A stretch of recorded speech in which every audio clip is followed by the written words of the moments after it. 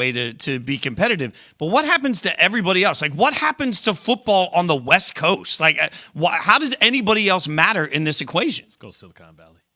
Well, they really don't, and they haven't particularly seriously for a while. So what's going to happen, Jason, is you're going to see, I think, the folding of the Big 12. You can't survive without your two best products. I mean, who's next in the Big 12? I couldn't even tell you what the next most attractive team is out there. So, the ACC, I think, will pick somebody off. The Pac-12 will have to. The Big 10 will have to go shopping. And I think we're going to see another wild, wild west gold rush here in college football. And you'll basically see a bunch of super teams. And the SEC at 16. I'm not sure it stops there.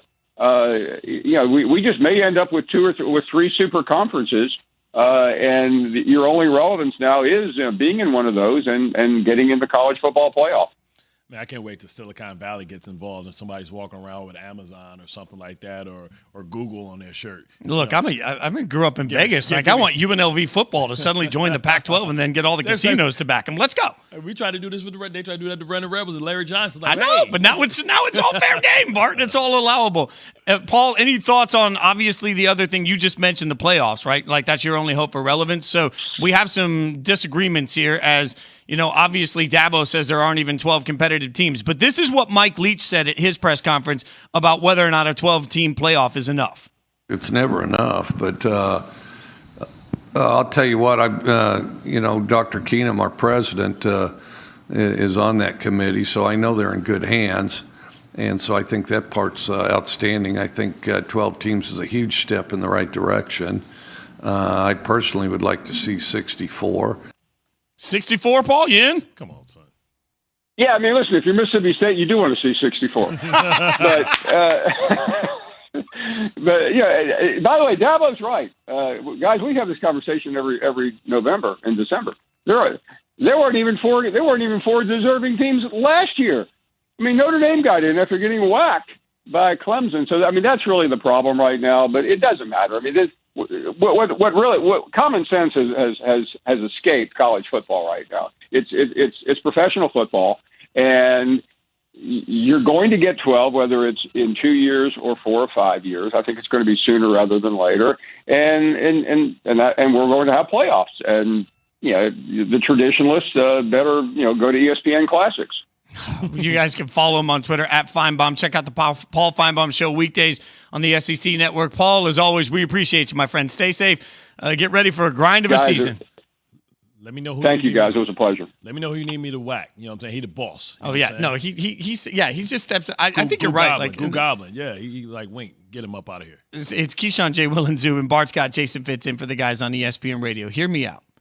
How much in this process of this conversation about Texas and Oklahoma going to the SEC, if that's real, how much of that is actually sort of tied to playoff expansion? Like, one happening makes the other capable of happening, because if there's no playoff expansion, you don't want to get stuck in a situation where losing to Alabama keeps you out of it every year, right? But if there is playoff expansion to 12 teams and suddenly at-large bids are there to be had, it makes going to the SEC more appealing for a school that doesn't have to just sit back and say, hey, if we win the Big 12, we're probably in. Now, if you're Texas or Oklahoma, you're saying, I can get that cash, I can get a bigger share of the pie, and I still have a shot at an at-large bid given how tough the schedule will be. Right, exactly, because you're going to get benefit of the doubt because you're playing in the most popular conference of all. I just wonder what happens to the Big 12 and how do they open up their bidding and who are they going to try and attract from some other conference to come in and try and fill and get some TV deals. Because we know it's all about that TV money. Oh my God. Keyshawn, J. Will, and Zubin, presented by Progressive Insurance. Cars, homes, boats, motorcycles, RVs, and more at Progressive.com. I mean, what prevents at that point the Big 12 from basically becoming the Mountain West, right? Like, I know that feels drastic to say, but you can look right now at the investment, the amount of recruiting dollars, the amount of facilities, and say, okay, the SEC and the Big 10 and the ACC are dominant. They're dominant conferences. While the Big 12 has done so much good work in other sports, football is the cash king, right? Yeah. Like, so the fact that Big 12 basketball is really good and really relevant, I don't know that keeps the conference alive. Yeah. I mean, it's interesting, man. It's still Wild Wild West, but it's exciting because we're talking about it, and there's so many pivotal decisions that's going to, really shape the future of college football and college sports altogether, man. I love it, man. Like I'm here for all that. I'm here for all the smoke. Yeah, I think part of it to me is always going to be right now, if I'm college football fans hate change. Like, they absolutely hate everything about change. So just rip all the Band-Aids off at once right now. Like, while we're talking about name, image, likeness, everybody's mad. Just do playoff expansion, change the conferences, like get it all done in the next month, and that way everybody can quit their complaining. Yeah, I mean, like some of these rules won't take effect for like 5 years. I mean, I hate that, right? They're so slow to move and so slow to come into fruition, man. I just want them to do something and modernize the game because listen, the average fan has you got a fan base that's dying off, man, and your fans are becoming younger and younger. You got to do more to keep them intrigued. Yeah, 1,000%. It'll be interesting to see how college football handles this. But again, the fact that there's been no real denials from anybody says something. Speaking of saying something, unbelievably, the new version of Terrific Tom Brady, has again spoken. That's what's so scary about this Bucs organization, man. Like, they peaked in the Super Bowl, and everybody came back. This is what Tom Brady does. Defy expectations. This ain't gonna be the first time that I do numbers on 2 crutches. It's like a tradition now.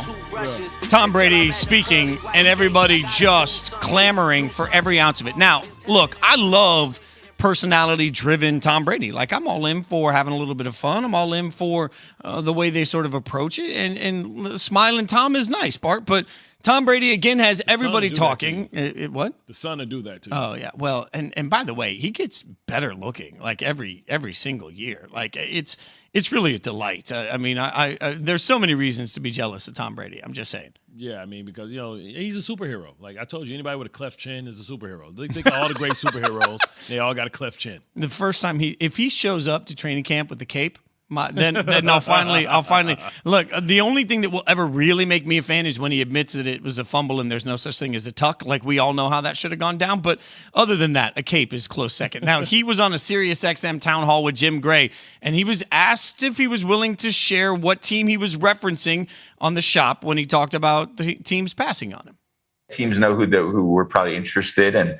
Yeah, I mean, it's fine. I mean, everyone's got a choice to choose. I think what you realize is that there's not as many smart people as you think. It's just a reality. I think it'd be a no-brainer if you said, hey, you got a chance to get Wayne Gretzky on your team, or you get a chance to have Michael Jordan on your team. Oh, we don't need him. No thanks. We're good. In my mind, I'm kind of thinking, okay, well, let me go show those teams what they're missing. And at the same time, let me go prove to the team that did bet on me and the team that really showed that they really wanted me and committed to me that I'm not going to let them down. You like it? I love when guys go third person and they put themselves. He put himself. I mean, Ray used to do this all the time. Ray would always have these like visions about the dream that he had and why he was so great. And he would put himself like, I was dreaming it was me, Genghis Khan, and like Shaka Zulu. Like, all right, thanks, Ray. Like, appreciate it. Right? Yeah, we get it. You're great. Tom Brady's finally hit that point where I love when guys come of age and being around older people now that I'm retired, right, from football, like.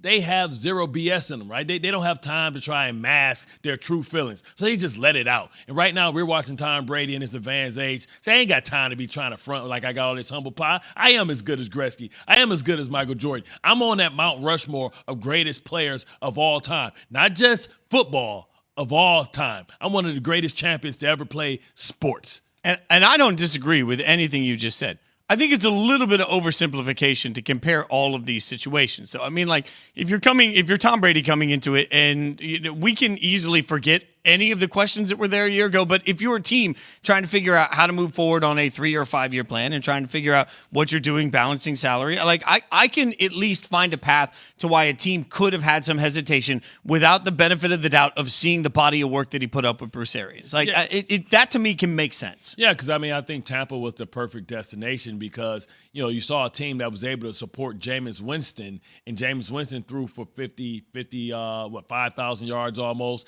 and if Jameis Jameis Winston can do that, what can Tom Brady do that with taking out, the turnover? So and it was a perfect situation. And why Tom is always going to be able to be a winner, because he's a humble superstar, right? You know what I'm saying? His wife's loaded, you know what I mean? So he don't have to get all the cheese on the taco. You look at everybody else like Peyton Manning, everybody wants to complain, Aaron Rodgers, right? Tom can go ahead and put some money back on the table. And that's why he can say, give me Gronk. That's why he can say, give me Antonio Brown. How you going to tell this man no, and he's coming in at $25 million when we just watched Dak Prescott get $15 more million a year than Tom Brady? So, of course, that's why he's able to do that, and he's deservedly so. Bart Scott, Jason Fitz in for the guys. You said all the cheese on the taco. You're still in fabulous shape. Or do you eat a lot of cheese on the taco? Because it seems like cheese is a little bit of a splurgy item, right? Well, I'm more of a hazelnut truffle guy. You know what I'm saying? Bougetto is what we call it. You know what I'm saying? I'm a little ghetto, but I'm a little bougie at the same time. Like what do you even? I don't even know what hazelnut truffle is. Is it good for me? Well, not at all. But I outgrew Reese cups. You know what I'm saying? That's when I was struggling and scraped some coins together. You know what I'm saying? Dave Roberts and the crew will put some cheese in my pocket. I mean, the Reese's cups are still a delight. I don't know what you're talking about. No, it is. But if you think Reese cups are good, go get you a hazelnut truffle with some hazelnut. Like pixie dust on it, man. So I'm learning it would change your life, man. Sweet tooth there on Bart Scott? Yeah. I'm more of chocolate than I am than like desserts. I don't like desserts and pastries and stuff like that. Give me some good old chocolate. Give me anything with sugar. You can tell I'm trying to eat clean and work out at this point, because anytime somebody says sugar, I just go down the entire rabbit hole. Look, I think when it comes to Brady, you made a great point with Bruce Arians, by the way. We forget that Jameis Winston threw for 5,000 yards and 30 touchdowns. We just eliminate that portion of the conversation to talk about the interceptions he threw. And to me, that's one thing that we'll always have to look at. As we look at the body of work, taking nothing away from Brady, it was the right combination, the right ingredients together at once. And like Jameis Winston is the wrong guy to ever say no risk it, no biscuit, because he's hungry for it. He gonna risk it. Like, well, we didn't mean risk that much. Like, damn, man, have some self-control. He's in triple coverage. You know what I'm saying? And listen, man, like I know yesterday we had a milestone, right? The second billionaire to go to space. But I tell you what, man, Bruce Arians looked like he was on top of the satellite, man. He looked like he was next to the sun. Did you see him at the White House? Yes. I mean, he looked like Mr. Crab from SpongeBob. I was like, what the hell? Like he matched his Merlot suit. Oh my God! Listen. I tell you what, he's the coolest head coach in the league. I love me some Bruce Arians. All right, I'm going to tell you next up why one team.